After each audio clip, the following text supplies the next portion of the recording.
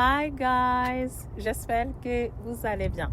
Aujourd'hui, si tu es chrétien, j'aimerais te poser une question. Est-ce que ça t'arrive de prier, de demander à Dieu, Seigneur, fais-moi connaître ta volonté? Je sais si tu es chrétien, tu as fait cette prière plusieurs fois parce que nous, les chrétiens, on aspire à être dans la volonté parfaite de Dieu. Et des fois, on est bloqué parce qu'on ne connaît pas c'est quoi la volonté de Dieu nous concernant. Aujourd'hui, j'aimerais t'encourager en attendant que Dieu te révèle c'est quoi qui t'a créé pour accomplir ici dans le monde.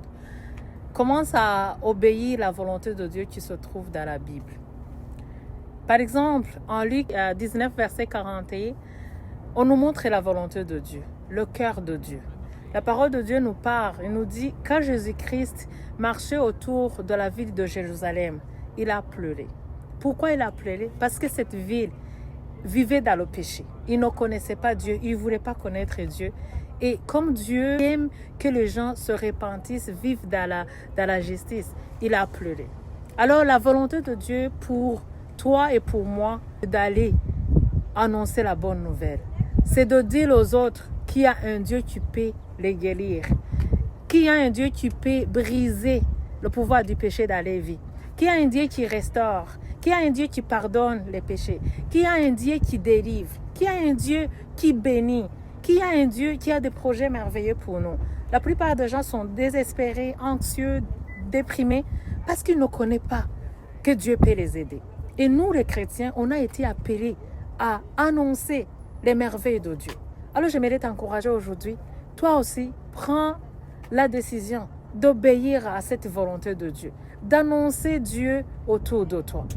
Chaque jour que Dieu te donne, c'est une opportunité de le faire connaître autour de toi. Alors, si tu es chrétien, tu me regardes aujourd'hui, s'il te plaît, ne néglige pas cette tâche. On a tous reçu le même commandement.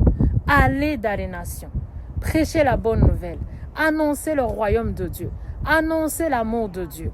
Alors, ne sois pas dans la désobéissance. Obéis à la voix de Dieu et commence à partager Jésus autour de toi, au travail, partout où tu vas.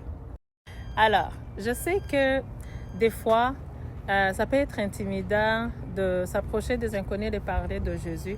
J'aimerais t'encourager si tu es à Montréal et que tu sens que toi aussi, il est temps de commencer à évangéliser, de commencer à parler de Jésus autour de toi.